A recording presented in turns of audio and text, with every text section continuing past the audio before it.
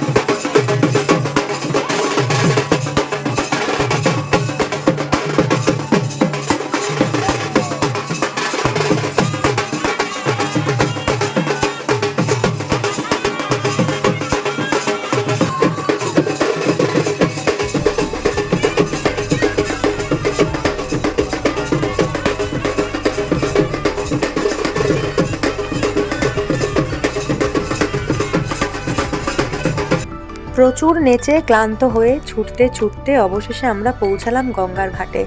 24শে জানুয়ারি এমন একটা vital date ছিল, মানে গণবিবাহ।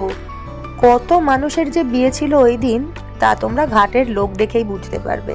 এদিকে আমরা গঙ্গার ঘাটে জল ঢল নিয়ে চলে আসলাম সোজা গায়ে হলুদের অনুষ্ঠানে। আর এখন এখানে চলছে তারই প্রস্তুতি। হলুদ বাটা থেকে শুরু করে সবটাই এখানেই হচ্ছে। সবার আগে তানির মা, মানে আমাদের কাকিমা, শুরু করলো গায়ে হলুদ দিয়ে। মা মেয়েকে গায়ে হলুদ দিচ্ছে, তারপর আমরা একে একে আছি তো ওর ম্যারিনেশন করার জন্য। সবাই মিলে একেবারে হলুদ মাখিয়ে ভূত করে দিয়েছিলাম।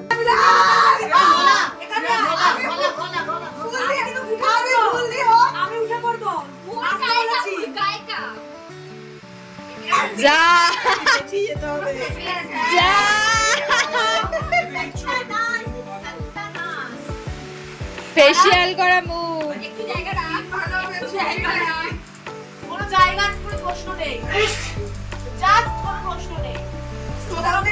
সুদামদেরই থাকতে পারবে, চিন্তা নেই। আজকে তুই তোর গ্লিটার না দিয়েছিস চোখে বলছিলাম, আজকে তুই গ্লিটার দিয়ে শাড়িটা পারবো সুন্দর করে না। গায়ে হলুদের পর্ব শেষ করে সোজা চলে আসলাম হলে, যেখানে ওর বিয়েটা হবে রাত্রে। দুপুরের খাওয়া দাওয়ার আয়োজন ওখানেই হয়েছিল। আর এই দুজনকে কিছুতেই থামানো যাচ্ছে না। আমাদের নাচা শেষ হয়ে গেছে, কিন্তু ওদের নাচ তখনও চলছে। যাই হোক, এখন খেতে বসে পড়েছি। দুপুরের খাবার মেনুতে ছিল ভাত, ভেজ ডাল, বাদাম দিয়ে ঝুরঝুরে আলু ভাজা, ফুলকপি আলুর তরকারি, মাছ। খাওয়া দাওয়া করে সোজা চলে এসেছিলাম বাড়িতে। একটু রেস্ট নিয়ে রেডি হয়ে আবার দৌড়াবো এখন তানির বাড়িতে। কারণ এই কদিন আমাদের যা হুজুগ গেছে, দৌড়াদৌড়ি এখান সেখান। এখানে এসে তখনও সুনম রেডি হয়নি, তো ওকেই রেডি করাচ্ছিলাম। কারণ ও তানিকে সাজাচ্ছিল, সেই কারণে ওর একটু দেরি হয়ে গেছিলো। আর দেখো সব বন্ধুরা একসঙ্গে থাকলে যা হয়, সবাই সবাইকে হেল্প করছে, রেডি করছে। আমরাও রেডি হয়ে এবার বেরিয়ে পড়লাম। তানির বাড়ি থেকে আবার যাচ্ছি হলের উদ্দেশ্যে, যেখানে বিয়েটা হবে। আর আমার সঙ্গে এখন রয়েছে জয়। উফ কি মাঞ্জা দিয়েছিল ছেলেটা। এই যে চলে এসেছি দীপান্বিতা ওয়েডস প্রেমাংশু। সত্যি কথা, কত দিনের একটা স্বপ্ন পূরণ ওদের। ওপরে এসেই দেখছি আমার চেনা ছেলেটা বর বেশে একেবারে সিরিয়াস মুখ নিয়ে বসে আছে। আর এখানে তানির চলছে ফটো সেশন। লক্ষ্মী ঠাকুরের মতো দেখতে লাগছিল সেদিনকে ওকে। যতই নাচের জন্য মেকআপ করতে হয় না কেন, বিয়ের দিন কিন্তু প্রত্যেকটা মানুষকে অন্যরকম নতুনই লাগে। আর ওর সাথে একটু কথাবার্তা বলে আমরা সোজা চলে আসলাম স্টার্টার খেতে। চিকেন পকোড়া, তার সঙ্গে ছিল ফুচকা, ঝাল ঝাল ফুচকা। সেই সমস্ত কিছু খেয়ে কফি, একেবারে অ্যাসিড হয়ে শেষ। আর এদিকে এই এন্ট্রিটা তো তোমরা প্রত্যেকেই দেখেছো। এইভাবেই নাচতে নাচতে আমরা বরকে নিয়ে ঢুকলাম। তারপর বউয়েরও এন্ট্রি হলো আলাদা করে।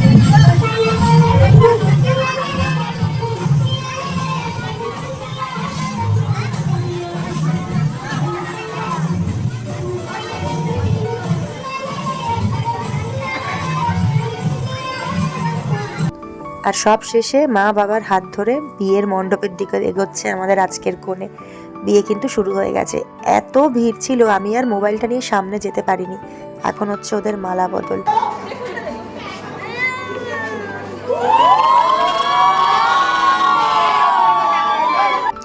এত গল্প, বিয়েতে বসে ওদের গল্প শেষ হচ্ছে না। যাই হোক, চেনা পরিচিত বর বউ, আর কি চাই। এই বন্ধুত্ব, এই বন্ধন, এই ভালোবাসাটাই আজীবন থেকে যাক, এটাই প্রার্থনা করি।